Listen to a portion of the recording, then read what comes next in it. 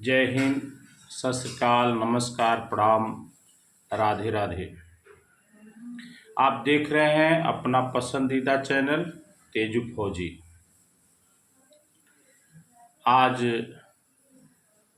का प्रश्न है, शादी करनी चाहिए कि नहीं करनी चाहिए। महान दार्शनिक सुकरात के समय की बात है। उनके पास काफ़ी शिष्य थे, आप सबको पता ही होगा। उन्हीं में से एक शिष्य के दिल में आया कि शादी करनी चाहिए या नहीं करनी चाहिए। जो भी उसके साथ वाले मिलते राय देते, कुछ कहते कि शादी करनी चाहिए, कुछ कहते कि शादी नहीं करनी चाहिए। इसका निराकरण कौन करे, शादी होनी चाहिए कि नहीं होनी चाहिए। एक दिन शिष्य अपने गुरु सुकरात से इस बारे में पूछ ही लिया कि गुरुदेव, शादी करनी चाहिए या नहीं करनी चाहिए। गुरु जी ने जवाब दिया, शादी करनी चाहिए। शिष्य को बड़ा ताज्जुब हुआ।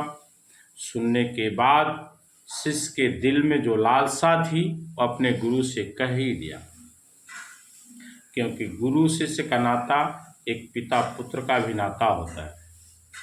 अपने गुरु सुकरात से पूछ भी बैठा कि गुरुदेव, आपकी पत्नी इतनी कर्कश हैं, आपसे झगड़ा करती हैं, बड़ी झगड़ालू हैं और आपका जीवन जीना दूभर कर दी हैं, फिर भी आप शादी की सलाह देते हैं।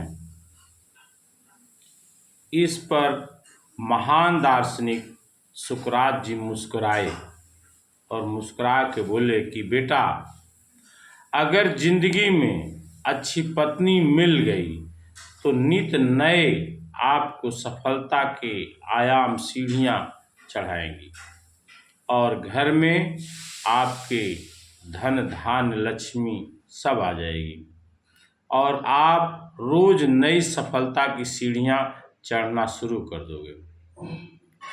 लेकिन अगर मेरी तरह झगड़ालू कर्कश पत्नी मिल गई तो आप एक महान दार्शनिक मेरी तरह बन जाओगे। तो शादी कभी भी घाटे का सौदा नहीं होती, इसलिए शादी करनी चाहिए। इस चीज़ को शिष्य के दिल में जगह बन गई और उसने शादी किया।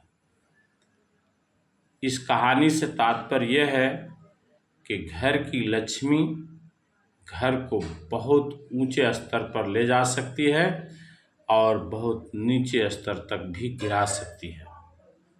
घर में जो लक्ष्मी हैं उनकी पूजा की जाए, उनको मान सम्मान दिया जाए और उनको यह एहसास दिलाया जाए कि आप क्या चीज़ हैं। आप किसी घर में ईर्ष्या क्लेश को बढ़ा सकती हैं और आप किसी घर में ईर्ष्या क्लेश को भगा सकती हैं, इसमें दो राय नहीं है। आपके अंदर जो चीज़ें हैं, जो कला है, उसका प्रदर्शन कीजिए। स्वाभाविक है कि आपका परिवार, अगर आपका बच्चा तरक्की करता है तो परिवार से जुड़ता है और अगर आपका परिवार तरक्की करता है तो आपसे भी जुड़ता है, नाम आपका ही होता है। तो इसलिए मेरी राय है कि हर घर की लक्ष्मी को ये पता होना चाहिए कि मेरा अहम पद है परिवार को बढ़ाने में और मुझे वो जिम्मेदारी मिली है, वो जिम्मेदारी मैं बखूबी निभाऊं। कभी भी घाटे की तरफ आप मत देखिए, फायदे की तरफ देखिए, क्योंकि जीवन दो तराजू का पलड़ा है, घाटा और लाभ और हानि। तो कभी लाभ होगा तो कभी हानि होगी, लेकिन ये स्वाभाविक है कि अगर आप सही हैं, नीति और नियत ठीक रखे हैं तो आप लाभान्वित होते रहेंगे। जय हिंद, धन्यवाद।